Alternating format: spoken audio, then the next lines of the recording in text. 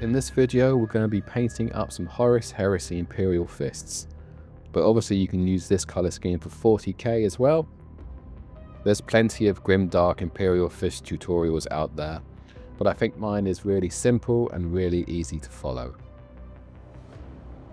I'm Zombie Dice Man, let's get started. So first off, grab yourself a marine. I'm just using this Horus Heresy marine as I've got tons of them.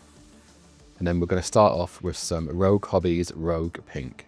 Just spray this all over your miniature and we're good to go. Then I'm going to add a highlight with an airbrush using this primer. I'm only really using this primer as it came with my airbrush. You can use any white paint really, just to add on some highlights at the top. Leaving some of that pink showing for the shadows. That's going to be important for later. Next up, grab yourself some Contrast Imperial Fist. You can also brush this on. I'm just using the airbrush here just to speed things up. This colour is magic, it's fantastic. Once sprayed on, you can sort of see the shadows, a nice warm colour there.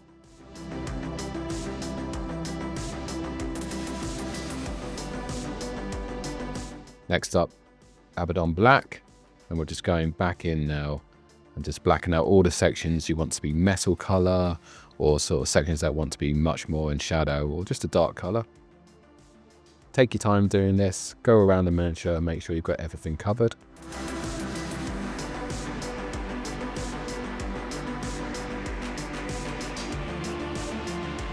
There we go, everything's blacked out, ready to move on to the next step. You can really see a great example here of how that pink's helping to give a really warm shadow. Next up, grab some lead belcher. Absolutely love this paint. Tried so many metallics, but I always end up coming back to lead belcher. And with this, we're just going over those blacked out areas, just picking out all the sections we want to be metal coloured.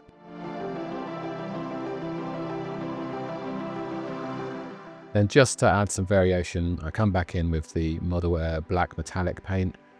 And I just brush this onto some sections on the bolter. And these strange jetpack things I have at the top. It's just to add a variation to the metal on the marine really. Next up, grab yourself some red paint. Any red will do. I'm using Pro Acryl at the moment. And this is just to pick out some small details on the backpack. Then we have Mournfang Brown. And this is just picking out the leather straps on the bolters or any belts that they might be wearing. Now I'm just going to dab on some varnish onto the shoulder pads and let that dry. And then I'm going to come in with some microset to get the transfers ready to apply. Just guide them on with a brush and then use the wet brush just to move that around until you've got it in place. Sort of smudge out the bubbles. You can always use some microsol. This dissolves the transfer a bit more and sort of lets it form around the curvature of the shoulder pads some more. And there we go. Once they're on, let that completely dry. And once it's dry, we're going to come back in with a scalpel and just sort of chip away at those transfers. Don't want them looking too new.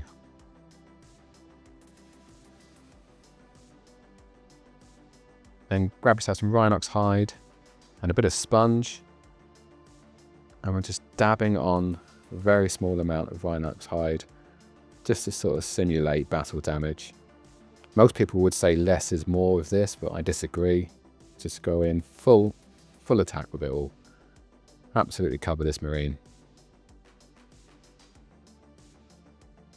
And there we have it. Looks very messy at this point, but we're going to clean that up. But first, we're going to make it even worse. Grab yourself some streaking grime and just absolutely cover the model. Use a brush for this. You don't need to use an airbrush. I go straight from the pot, no diluting, straight into the model and just absolutely cake the model.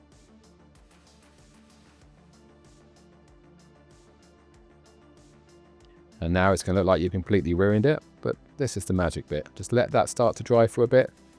Once dry, after about 10 to 15 minutes, you can come back in with some cotton swabs and a little bit of white spirit and just start removing that streaking grime, leaving the grime in the recesses and a bit more heavy towards the feet. Just sort of have fun with this section, just wipe away until you end up with something like this. Looking pretty good.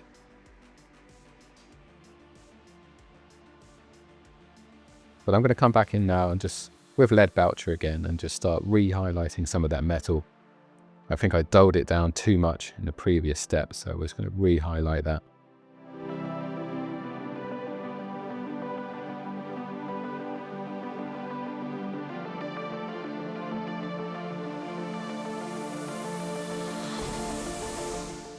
Grab yourself some yellow. Could be any yellow. I'm using this one from Citadel.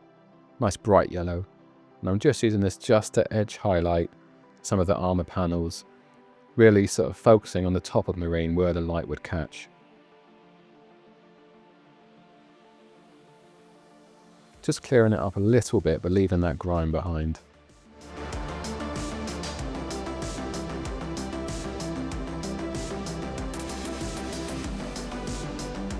Now in this, I'm using Pro Acryl Bold Titanium White, but you can use any white for this.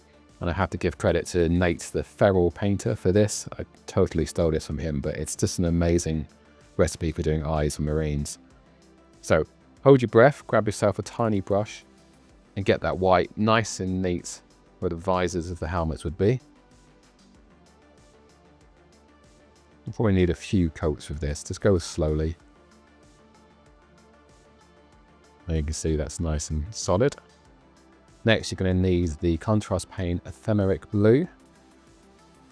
And again, you might need 2 coats of this, but just gently dab that onto the white. And then just a quick basing. And he's pretty much good to go. Let's have a look.